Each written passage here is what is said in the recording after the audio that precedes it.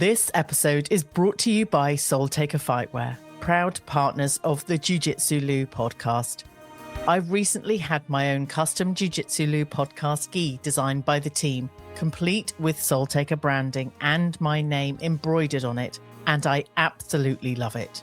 If you're thinking about a custom gi for yourself, your academy, or your team, head over to Soul Taker Fightwear and start the conversation today. You're listening to the Jiu Jitsu Loo podcast, and I'm Lou Temlett. I know you're having a good day because either you've been on the mats, considering getting on the mats, or maybe you're wanting to compete as much as possible. I'm so happy you're here listening or watching this episode. Please don't tap out before the end. When you want to improve your ground game, start training jiu-jitsu. I'd like to welcome Molly Lindsay to my podcast. Molly, how you doing? Hi, I'm good, thank you. Thank you for having me on. You are very welcome, and I'm really pleased to be able to chat to you. I've been trying to get you on the show for a while, and having met you at ENYO 8 over in Weston-super-Mare a couple of months ago, I was pleased to spot you. I know, drinking my coffee. I love it. Okay, so let's start with ENYO 8. Was that your first ENYO appearance? No, I was actually on ENYO 7.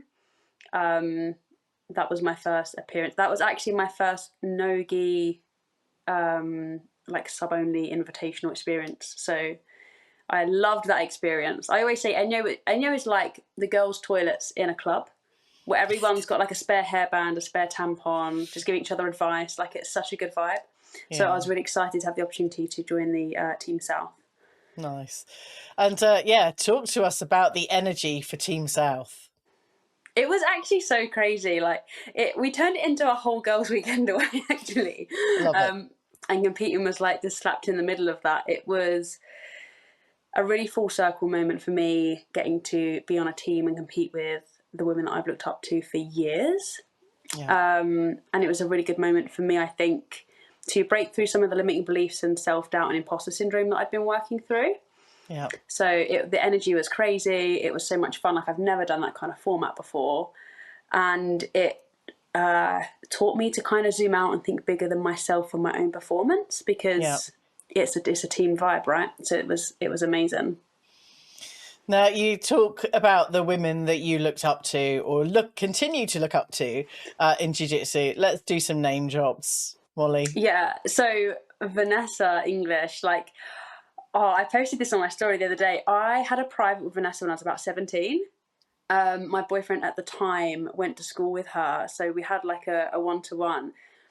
And I just remember her being so kind and so encouraging. And that relationship for me was actually, it was an emotionally abusive relationship. And I remember her having this look about her that was like, she was trying to see if I was okay. He was a lot older than me as well. And she gave me this massive hug at the end of our session. Like, I went on to start fighting in MMA, and, you know, years down the line, she's now one of my main training partners at Escapology, and like getting to compete with her on ENYO was just like mind blowing. And then Hayley Carter as well. Like, but even beside like the jiu-jitsu skill level, which was insane, like these women as role models to me, like their kindness, their encouragement, their support, what they do for women in the community, the way they, you know, show up for themselves and others. And then having Maddison Murphy on the team as well. She is someone I've trained with down in Devon. Like, I don't know, she just feels like a soul sister to me every time I see her on like the comp circuit or get to train with her. Like, we have such good rounds. Amazing. And then I trained with Gabby a little bit at Escapology. I got to meet Zoe for the first time, and she's like just such an energetic character. I don't know. I felt like leaving with like friends for life, which was just glorious, you know, beside the competing fun and the adrenaline high, and then getting to, you know, compete against some of the highest level women in the UK. Like, I wasn't even a blue belt then. Like, I got my blue belt after. So it was really cool. We must say congratulations on your recent blue belt promotion, but you haven't just arrived in jiu-jitsu.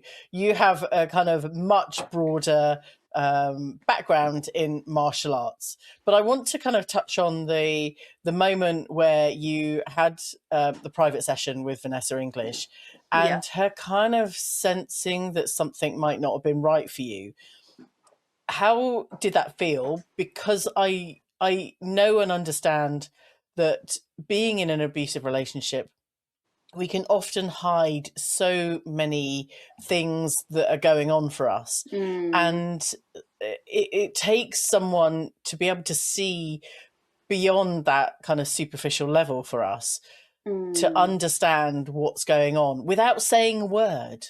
Yeah, I think it's probably, this is her story to share and not mine, but it's probably more of a case of knowing the experience to see it in someone else, and that has paid forward for me now, being older and inspiring and influencing some of the younger girls that are training and seeing them on the mats and navigating, becoming women and navigating relationships. So yeah, I think it kind of takes an experience to recognize an experience in someone else. But that moment stayed with me like forever. I would think about that before ever seeing Vanessa again. Like I would think about that moment.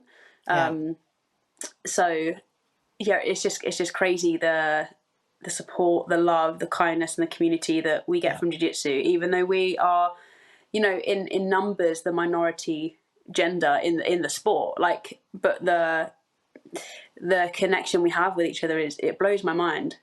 Yeah. It has surprised me, and I think being in, traveling around the UK, going to invitationals, training with lots of different people, there is such a vast collective of women that are all supporting each other, and it's just great when you experience it, especially watching you all come together and be on ENYO in the squads, which was just so incredible. I know. I hope they do another Teams event. I'm sure they will. It was a great success. I'm sure we'll be able to have a chat with Joe about that one and see what comes up for Definitely. ENYO 9. Who knows? Yeah. So let's talk a bit about your martial arts background, because you're still in your 20s and you have a lot of MMA experience. Yeah. So MMA was like the first thing I wanted to get involved in. I think I saw like is it Fighters Only magazine, and the front cover was Ronda Rousey. Yeah. And I was like, wow, what a bad bitch. Like, what is this about? And then like started Googling MMA and what it was about, I think I was really looking for something to reclaim my body and my power as like a late teenager. And so MMA was it. And I've always been quite extreme, and I've always wanted to bite into a challenge, and I was like, oh, I should just do that. I'd never come from anything else, and I was never sporty before, but I had my first MMA fight at 18, so 10 years ago now. Wow. And although my fighting career hasn't been as consistent and like linear as I've wanted it to be, I am always drawn back to the sport. I'm always drawn back to combat sports and what that gives me and how it makes me feel about myself, regardless of what life barriers I've had along the way. Or what have been, perceived as life barriers. We can subscribe to those narratives or overcome them. But like I just keep coming back to it. So I'm like, I'm going to retire, like I'm done, I'm exhausted, it's so hard. And then I'm like, oh, I can't. I love it. And I often kind of reflect on what it is that draws us back into martial arts and combat sports. For those that have experienced any element of life, or even, those of us that are, I'm talking a long time ago for me, but, coming through as teenagers and young women into the sport, we tend to stay in the sport for much longer than, I don't know, maybe other hobbies. Yeah, I think I've kind of noticed that trend. I think it's because nothing else, I don't think there's anything else but combat sports that will take you to meeting that particular version of yourself, because it is very primitive and you're accessing like nervous system responses you might not otherwise get to access on a regular or controlled, safe kind of basis. I know that when I've had stretches of time out of fighting and competing, like I've really missed meeting that version of myself for those moments. Yeah. What is it that you are meeting on the mats? Just echoing for the rest of us, whether we can connect, and I'm sure we absolutely will. But what is it for you? I think if I if I answer on a surface level, I want to say to feel really strong and capable and empowered in that moment, that I've chosen to do a sport that isn't designed for us in the way the space is set up. Like, the terrain of the sport is not designed to cater to us as women. And we have our own barriers along the way. So to get to the competition mats, like, that's very empowering. If I answer on a deeper level, I think it's that I put myself in a position to feel very disempowered, arguably very triggered, and I every time manage to have the capacity to choose to fight back. So my nervous system response that I've only had access to in my experiences of sexual abuse has been freeze or appease or fawn to keep it as to keep myself as unharmed as possible. Or freeze up entirely and have a completely out of body experience. So to put myself in combat sports and under competition pressure, and then I'm able to access a fight response, that is something I can't get in anything else. And I think that is me taking my power back every time I do it, like, regardless of a win or a lose, or, you know, and I know that we are competing against other women, but I think that would be the answer from my soul rather than just my brain. Thank you for sharing both of those perspectives, because I think many of us can connect on the kind of superficial level, that it makes us feel strong, it makes us feel empowered. But on a soul level, there really is something quite intrinsically kind of structured and deep and understanding about our physical and mental ability on the mats. And it is quite, well, we all know it's a vulnerable space. We can be hurt, we can be injured. We openly step into these spaces knowing that all of that's possible, but equally knowing that we get so much fulfillment and kind of joy from training Brazilian Jiu Jitsu. And I say joy in inverted commas almost, because I don't know. I mean, how does joy manifest for you when you're training Brazilian Jiu Jitsu? Because I could, again, superficially echo and go, well, you know, I've got a great sub, or, you know, technique of the week, whatever. But what is it for you? I ask myself this question quite regularly, because lately joy has been the focus for me in training above anything else. And then sometimes I'm like, am I just in a toxic relationship with the sport where the lows are so low that, like, anything bar that feels like a really, you know, a good high? But I do find joy in it. Like, I'm having so much fun at the minute, and don't get me wrong, it's hard. Like, I push myself a lot. Especially with all of the things that I'm managing and juggling, but I'm laughing and training, I'm smiling, and I'm having so much fun. And I don't even know, I think it's expanding my capacity to be able to hold so many truths at once. Like, I can feel terrified within the sport because it is scary, and I can feel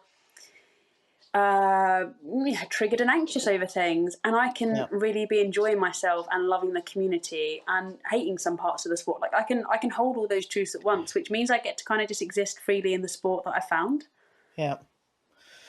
I'm just taking what you've just said on board and going, kind of seeing us as a kind of sphere, and in a kind of, you know, pyramid type shape thing that is moving, and anyway, that's my visual brain going into overdrive. Sorry, Molly. No, I like to hear that. Well, it's kind of, I don't know how to explain it any further. And I think the more that we try to think about any of this, sometimes the further away from the actual thing that we get. And you know, we all love Brazilian Jiu Jitsu. What have you particularly loved about Brazilian Jiu Jitsu? Now you're a blue belt. I think I was like maybe one of the longest serving female white belts in the UK for a while. I think it's so down to the environment and the people that I'm training with now. Like, there's been so many moments where I'm like, I actually don't think I love this sport anymore. Like, I've really fallen out of love with the sport so many times, and therefore fallen out of love with a part of myself, because the sport reflects a part of me back. but I am training with so many women, high-level women, women prioritising safeguarding and well-being, environments that I feel really seen in. And it's taken me so long and so many gym moves to get here, and so much inconvenience. Like, my closest gym I train at is an hour away. Yeah.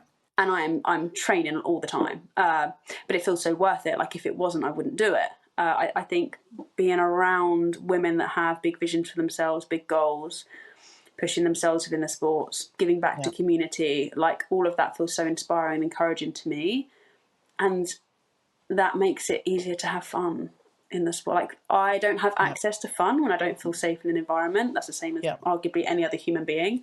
So prioritising the safety and really feeling seen as a human being within the space has opened up so much more capacity for fun and joy. And therefore my progression has been a different experience. Like, I'm not even realising the rate I'm progressing at, because I'm so busy enjoying the process of becoming this version of myself. Yeah. So I just feel excited about the opportunities coming up and the opportunities to compete and show what I've been working on. I think it's the people and the environment. I would agree. And I think having those role models that do have big dreams and big goals for themselves in jiu-jitsu is really quite inspiring. And if you can see someone else working towards a goal that we might want to kind of mirror or echo in our own journeys, it just becomes that little bit easier. But it sounds like you're just having so much fun and enjoyment along the way that actually any of that progression kind of is secondary to the true calling for you. For sure. And actually, like, the joy has become a standard for myself, because it's a lot of time, it's a lot of time put in with training, and I'm balancing that with home educating my child and trying to build my own, business and trying to have a life as well, right? Like, so it better be worth it, and not just in external validation of achieving things, like in daily joy and daily fulfillment and daily passion.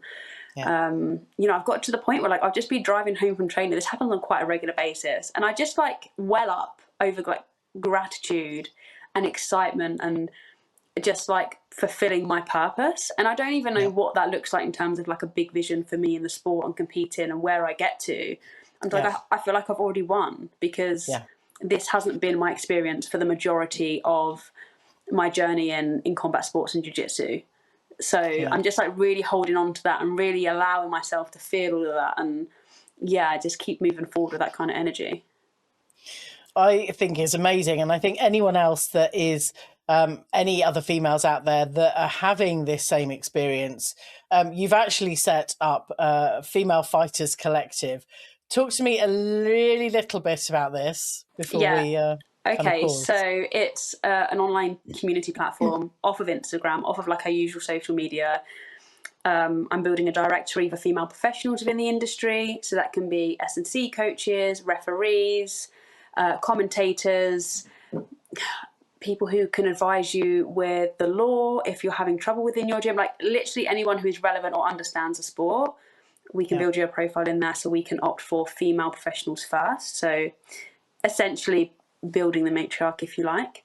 And then it's a space for not so much like technique coaching, but community. We can share our struggles. We can learn off it, veterans within the sport, and support really new women within the sport, working through mindset stuff, barriers as a woman within the sport, keeping ourselves safe within the sport. So it's really a place to come and hang out. And, we're going to be doing online, like, virtual coffee and catch up mornings twice a month too. So lots going on in there. And there's a wait list you can join for an invite, so we can pop the details in for that. But I'm excited to share that with everyone.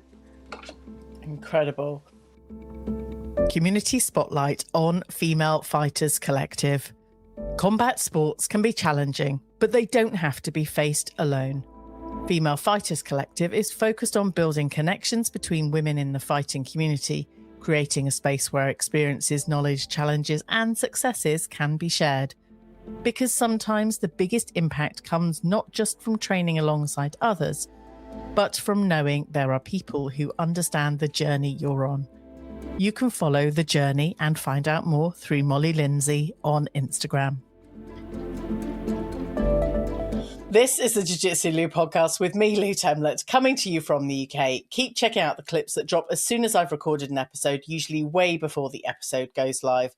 And as always, please subscribe and ring that bell icon on YouTube, because I'd really love to hit 1,000 subscribers this year on YouTube. Today, I'm having a conversation with Molly Lindsay. Molly, thank you for sharing about the Female Fighters Collective. I think it sounds like a really great initiative. But how important is it to bring positive kind of role models in the female grappling space? I think it's everything. I think it feels important to me to be one of those women and to celebrate other women who are positive role models, because I existed without those within the sport for so long. Like, there's been so many occasions I'm the only woman on the mats, and it's such a lonely place to be. And not everyone has access to like a big group of women to train with. So, you know, not only are you existing as the anomaly within the room, you're alone with all of your personal struggles as being a woman. And, you know, the best we kind of get is the template of being treated like a small man in the space, and we deserve so much better. So unless we have role models and other women to talk to, we don't share our struggles or our problems, and therefore we don't know what solutions are out there and what support is out there. It can be really isolating. So for me on my journey, like that's changed everything for me. I'm always looking for, actually not always, I've just started, having spoken with a number of different women on the podcast, they're all seeking out now to train and kind of meet up with women of their similar rank, similar weight, because in competition, it can be quite a challenge to be matched. And the more that we can seek and kind of connect with other training partners, certainly for me in my own age division, I'm calling out for 40, 50-year-old women that are training Brazilian Jiu Jitsu. I'm here for you. we can train together. I will travel anywhere. Anywhere. But it's exactly, I think it's, you know, having that ability and just knowing that we can connect more women in the sport of Brazilian Jiu Jitsu is just going to keep bringing the kind of joyful experience that all of us should really be entitled to. Yeah, definitely. And I think, you know, women in community are unstoppable, which, without getting too political, I suppose, arguably is the reason that we have been pitted against each other for so long. And we see this spotlight syndrome, or can see this spotlight syndrome within even our sporting space. So I just think women getting together, like, we don't even have to change the terrain of the sport we're in that's designed for the guys to thrive. We can build our own space within the sport. Because you're right, like, joy should be the standard for every woman on the mats, not worry and anxiety and panic and isolation and all those kind of feelings. Do you have any advice for any young women or even older women that feel isolated, aside from joining the Female Fighters Collective? Do you have any recommendations or any signposts for us as female grapplers? I would advise, like, you just connect with any women within the space. So whether that's a female nutritionist, if you're looking for a nutritionist. So I've worked with the female fight nutritionist, Lindsay. If you're looking for an S&C coach, go and look for a female one, right? Because they're going to understand your experience of being in a woman's body. And that's just a great place to start. I also really always want to remind women that they have autonomy, because there's obviously this hierarchy ordeal where you've got higher ranked people on the mats and coaches, and you kind of end up, I have ended up shouldn't put words in other people's mouths, but I have found myself to shrink because I'm feeling like a student, or the child that has to do what they're told, or should conform because that's what all of the guys are doing. But actually, like, I pay for a service. I pay for a coaching service, and therefore I want that service expectations met, which means that sometimes the coaching has to be adapted because I'm the woman on the mats. Not everything's going to work for certain body shapes. Consistency can look different for men and women because we exist on a different hormonal cycle. We are carrying a lot more mentally, especially if we are juggling motherhood as well.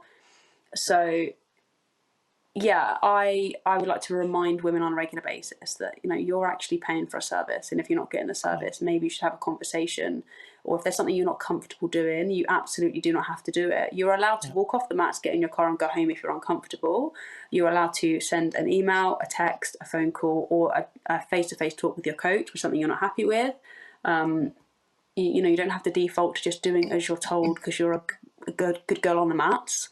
I think it took me so long to realise that is the culture, and that is common, but that shouldn't be normalised. Yeah. I think it's having that space to know our own mind and to speak up, just in a way that serves us for the positive. I think just having that permission, and I think so many of us go through our kind of teenage years and 20s and maybe even 30s where we don't feel like we can have a voice. And always part of this show is showcasing those voices that might not get heard, because actually we've got a lot to learn and kind of, you know, listen to different people's perspective, because, you know, reality has so many different perspectives.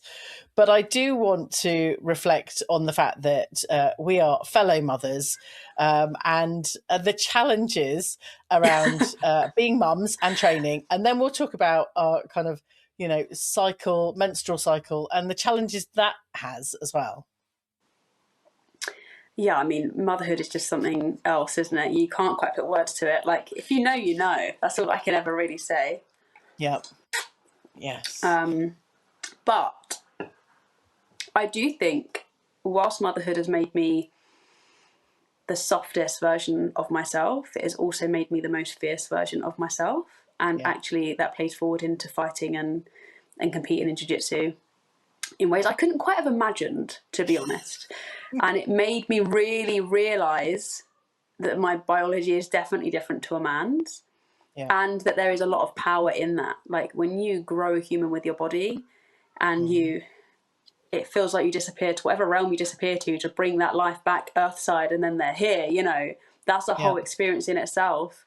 And then you nurture that baby with your body, and then you take this version of yourself back to combat sports, and you're like, oh, I created life. Like, I'm damn powerful, and I won't let anyone make me feel anything but that. But the reality is, that sounds really romantic, right? The reality is trying to juggle being a good mum and training loads and competing is hard. For the first few years, I found it really like frictional within myself. Like, I was kind of split into fragments, and I was compartmentalizing different parts of myself, and that was more exhausting than anything else. And it was like I was switching into different versions of myself. I'm definitely in a place now where I feel like I've integrated all of those roles that I play in all of those parts of myself, and they strengthen each other. And especially because I home ed my little boy, he's on the mats with me all of the time. Like, he's actually just a part of the journey. So I don't have the privilege to, you know, leave him at home and he's been put to bed by someone else, and I switch on the fighting mindset and I haven't got to worry about him. Like, I've got to balance all of that, but I find it so much more fulfilling doing it that way. Like, I'm not a compartmentalized human being anymore. I think it's I do have a kitten that's running around the place, if you can hear it. That's another dimension. But I think it's really important to kind of share and echo that when you become a mother, and you're doing all the different things, and, you know, you might be running a business, you're wanting to train jiu-jitsu, you're looking after the children, it does feel like you have to divide up your time without the guilt of reducing the amount of time on one of those aspects, but Yeah. bringing the whole mindset together and integrating somehow. It sounds like you've done a really great job in bringing all of that together to be that whole person, without the identity of being individually being a mother, a fighter, a business owner, all of those things. What was the catalyst to bring all of that together for you and your journey? I don't think there was a catalyst. I think it was a very slow, a lot of the times painful, guilt-filled like journey to becoming this version of me that has integrated all Yeah. together. And this is why I now help and support women that are trying to do the same, because Yeah. it's kind of been an excruciating, is metamorphosis the word? You know, like the caterpillar and then they break free, Yeah. like, or shedding the skin of a snake. Like, it's all been very frictional for me. Yeah. But I have built a lot of strategies and structures in place within my day-to-day life, like, and those are kind of the safety rails for me, which allows this kind of quite free way of existing in between the different things that we're doing. But it's a lot of keeping on top of things, and a lot of keeping on top of the structures and the strategies and the systems in place. But, you know, whether that's like a bag drop-off point within the home, and that's repacked every night in the car, you know, I reload the car every night. That's like batch cooking. Like, I don't spend a whole day meal prepping, but if I'm cooking like 5 or 6 portions or something. So I'm not, then I like to cook from scratch. And nutrition is obviously a very important part of being an athlete. So it's just like building layers, but you can't, like, you don't have a baby and then suddenly you can manage all of that and you're back on the mats. Like, your body takes a long time to heal. You have to allow yourself to become this next version of you. You go through a whole thing called matrescence, which society likes to just skip over. Like, you go from being a girl to a woman through puberty, right, and starting your period. Becoming a mother is a whole nother shift that you can't go back from, but we try and like get back to whatever it was. Like, it is quite a slow becoming, but it's been a case of trial and error. And especially for spending most of my time being a mother, being a single mother, like, they have to be fail-safe systems. With grace to not get it perfect ever, because it never exists, but to keep it kind of as smooth within the safety rails as I can. I get it. And I think, you know, having a process, a system, some way to, I don't really want to say this word, kind of mechanize life in some way, so that when things happen, you have, like you say, the kind of fail safe, you have the backup on a system and a flow. But actually, it doesn't matter if it's not, you know, it's never going to be perfect, but it doesn't matter if it changes, because you have a system, a structure behind the scenes that keeps everything running smoothly. And that's the bit that most people never ever see. It's that mental capacity. Like, that is, I would say that's sometimes what I can feel quite low about, is never feeling truly seen in just how much I manage on a day-to-day basis, and just how much effort I put into trying to be good at all of the things I do, like to be a good mum, to make the choices that, you know, benefit my child long term, as opposed to what's convenient right now. Like, he's at the gym, so I set him up with things to play with, so he's not, you know, on a screen all the time, because he's with me all the time. That can feel really lonely and isolating in itself, which again has driven me to help support other women in the combat sports who are also juggling motherhood. But I do want to add to the point that although a big reason I can manage the things I can is because of the systems and strategies in place, that is one half of it. The other half is really creating magic in the mundane and ritualizing those really boring chores, or feel like, you know, the have tos, and reframing them into I get to. And even if it's like a pile of washing up and no one else is coming to do it for me, you know, my kid's in bed and I want to chill, but there's washing up to do, and if I don't do it today, it adds on to tomorrow's list. Is to reframe into gratitude. Like, I get to wash up I have plates to wash up, I have a sink to wash up in, I have a house that has a kitchen that I get, you know. And it's always coming back to that, because otherwise it can feel like it's too much. Yeah. But even when I'm unpacking the bags of an evening and repacking them and repacking the car, like when I'm unpacking the bags and my, you know, dirty training clothes or whatever snack wrappers are in there, it's like I'm really thinking about what I want to let go from that day and what self-doubt come up, and like, and then I'm putting the new clothes in for tomorrow, and I'm like, tomorrow's intention for training is I want to be a top player, or I want to be more aggressive. Like, it's trying to add so much meaning and magic to those moments, because otherwise it just doesn't feel worth it, and you can just feel like you're drowning in like all of the weight you're carrying as a mother. And I think that's the other half that I don't really hear many mums talk about, but that is what has worked for me. Yeah. I just want to share the fact that you are seen, you are appreciated, you absolutely are doing an incredible job, because some of us know the depth and the amount of mental kind of fortitude and growth that you've done to get to where you are, and celebrate the fact that you're continuing to do this with a dusting of magic, which I love. Thank you. I really appreciate that. I'm just thinking, I saw some dust earlier and it's like, okay, while you're speaking, let's just reframe that. Okay, I get to sweep up the dust. That's just incredible. Yeah. You know, the joy of doing all of those things. And I think that really does echo back to your whole journey, and just being able to see life in such a refreshing way, regardless of the challenges. Or, you know, in addition to the challenges that you've had and other people may well have, there's that, you know, there's that magic and specialness about your life, which is just incredible.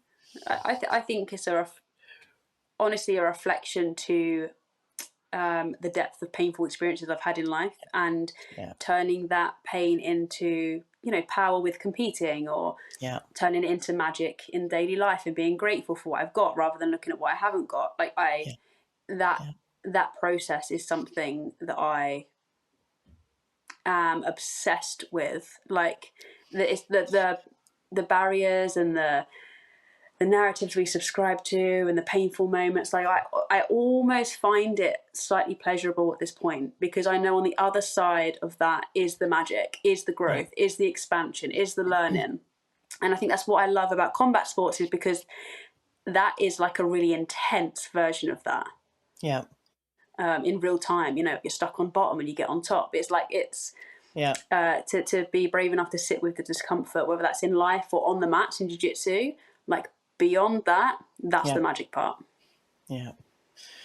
What's next in the realm of magic for you in your jiu-jitsu journey? Well, I am, oh goodness me, just saying yes to any competition opportunities that are coming up right now. Like, I'm hoping for some kind of match on Mean Green Promotions, their first show, like Channel Green's first, you know, UK's first all-female MMA show. Whether that will be a no-gi match or MMA, that's in a couple of weeks though, so we'll just see what happens with that. I'm hoping to fight on the Cage Warriors Academy card in August down in the southeast, and then I'm on the next ENYO, obviously. Incredible. So yeah, loads going on. That is just you know, an element to kind of thank the universe for, in a way, because you've set the intent, you set the energy around wanting to achieve these goals, and I'm sure you have much bigger goals that, you know, maybe we'll hear about at some point. But I do want to have time to talk about menstrual cycles and competing and training, and just the impact that being a female grappler with a menstrual cycle has. Yeah, I've been yapping on the internet for a little while now about our cycles and not being just a small man, and it can feel like a really controversial take, because within the culture of jiu-jitsu or combat sports in general is, you know, tough it out, you know, no pain, no gain, all of that sort of thing. And I witness within myself and then within other women this trend of pursuing very intensely and then crashing and burning with burnout and whatever. A lot of women I talk to are struggling with hormonal issues and fertility issues. And I had that struggle. Like I didn't have a period for over a year. This is before I had Odin, and then I worked quite hard to rebuild my health. I probably now would have been diagnosed with REDS. The female fight nutritionist, she talks about that quite a lot over on her page if you want more info on that, but because that is quite common. You know, and then I was really lucky to feel. What is REDS? I don't understand. So it's relative energy deficit syndrome, possibly. I might be butchering that if I'm honest. It's like, I would say it's quite a sport-specific chronic fatigue. Yeah. Like you can't quite repay the energy you're in the deficit for, and it takes quite a lot of work to rebuild yourself for that. So I kind of had my journey with that, and then ended up falling pregnant, which I was really grateful for, because for a while that felt really scary that wasn't going to be a possibility. Yeah. You know, and that process kind of really, as I said, slapped me in the face with the reality that I'm not a small man. My biology is different. And then I just kind of learned more about my cycle and built my awareness, and over time realized that instead of it being this burden and this thing that I resent, like having a period, like just resenting the whole experience, like how can I resent that? That's the reason I can create life and I have my little boy. Yeah. And then I started to kind of like adjust training and play with things and my nutrition, and started to listen to my body and reconnect to my body. And then I was like, oh, holy shit, this is like a superpower. This is like a blueprint. Like your cycle is a report card for each previous month. Yeah. And I like then was learning to read that and adjust. And like I have never felt more myself. I have never felt this light. I've never felt this well. And I think women deserve to know some more about it. You know, the former UFC champ Miesha Tate is now talking about, she said in a post, I think today, like, I think I could have been a better athlete if I'd had a level of awareness around my cycle and adjusted my training. And that's someone that's been at the top of the game. And so although she's not in that now, you know, I'm on my journey to pursuing a pro career. And I can't gatekeep this. Like, and it's been, I think, spoken down upon because it's been like a really typical influencer trend. But obviously if you're, you know, training as a jiu-jitsu woman, right, or a full-time athlete, or you're a competitive sports person, following what someone who is enjoying Pilates and you know, a bit of weight training, a bit of running, like that is not going to work for you. I also, for a hot second, got caught in it being another box to shrink myself into, like I shouldn't do this in this phase and I should do this in this phase. And I've really evolved over time with it. And then over the last year, I've been working with women on a one-to-one basis to help them reconnect to their body and listen to their cycle and learn how to adjust for themselves. And now it's just something I'm obsessed with talking about, because like, how are we not taught this in school? Like, oh my God, I just thought you were either on your period or you're off your period and that is it. I didn't know there was like a whole load of phases. So yeah, like it's, to think we don't even talk about it, to think we like shamefully shove our tampon up our sleeves and go to the toilet is baffling to me, because we are sitting on this whole load of biological wisdom. And I always say, like, if the men had like menstrual cycles like we did, like they would be calling it biohacking, and they would absolutely be adjusting their training around their cycle. So I've just been in the process of rewriting the guide I launched last year that is launching in the next couple of weeks. It is packed full of everything I have learned, like from myself and other women. And also, like, I would say one of the biggest things is not adjusting the physical training. It's adjusting how to navigate your mind, because the change in hormones literally affects how we see ourselves and the world around us, and how possible our goals feel. So when you can adjust your mental toolkit throughout the different phases, like, it's so juicy, I could talk about it forever. Well, I'm not going to let you, because I just want to honour everything that you've shared, and any female that is in the grappling world, please reach out to Molly, because I think just having your insight and, you know, being a tech person, I'm all over the data. I know there are trends. I've been tracking my cycle for about 15 years now. And I know how I feel. You were way ahead of the trend and the curve of us doing it. But I completely agree that it's being able to manage our minds, because the physical training doesn't need to change, if that's how I've understood it. It's how you perceive and how you kind of go about your own mental well-being to achieve what you want to achieve, because our minds play hormonal tricks on us almost. Well, I mean, I would like to completely counter that in a way. Okay. I think we can feel like certain phases of our cycle sucks because of the capitalist and patriarchal society we live in. Actually, there is wisdom in each phase. So even your luteal, right before you're due on, when you see yourself as a swamp monster in the mirror and you feel hopeless and really low, if you suffer from PMDD, like, actually that's the time when the rose tinted glasses from ovulation and follicular are off, and it's a really good bullshit detector, and you actually process stress differently, so you become more irritable. So like, actually there's kind of a superpower in that as well, because you can cut right through the shit and the fluff that everyone else is bringing in your energy bubble, and you can see things really directly, and you can communicate really directly, and that is a gift in itself. And I don't think you have to stop yourself from training in certain ways and certain phases. I think, but giving yourself permission to adjust intensity, volume, and the things you're doing so that you can be more consistent. Because, when I think about being Shark Tanked on day one of my period, I'm not going. I couldn't think of anything worse. But when I give myself permission to turn up and say, I'm on day one of my period, so I'm absolutely not doing that. Can I grab so-and-so and drill the things we did from yesterday, because I want to keep myself safe and comfortable? I'm still on the match training. And so overall the progression is more prominent, I guess. But I'm always happy to answer questions in my inbox. I have women message me most days, and it's something I love to support women with on the mats, because we deserve more than just being treated like small men. I agree. And it's about giving ourselves permission.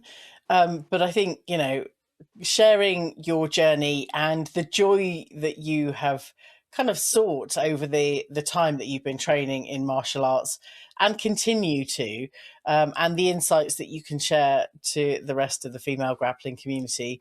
Female Fighters Collective, go and sign up. How can people follow your journey, Molly, and get in touch with you? So I'm mainly over on Instagram. That's at Molly_Lindsay. Molly with a Y, Lindsay, Lindsay, because everyone gets my surname wrong.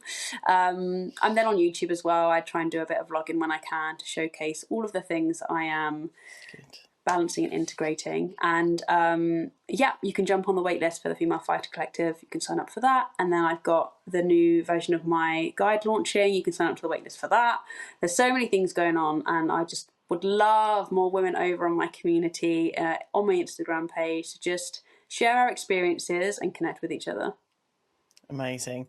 Molly, you're doing an incredible job, and continue to bring that joy and magic, please, because I cannot wait to see you on ENYO 9 and various other martial arts and kind of sub-only shows coming up. Who knows? It's been incredible. Thank you. Thank you. Thank you for having me on. You are very welcome. Thank you very much for listening to this episode. Please do reach out to Molly and just, grow, know that you are capable, know that there is joy and magic in everything within the jiu-jitsu world for you as a female grappler. Guys, if you're listening, thank you for listening and watching this far, because there's always something to learn and be more aware of. Thank you for telling your friends about this show, and as soon as this episode ends, I'd really appreciate you dropping the show a rating and a review. Thanks again for listening. Catch you on the next episode of the Jiu Jitsu Loop podcast.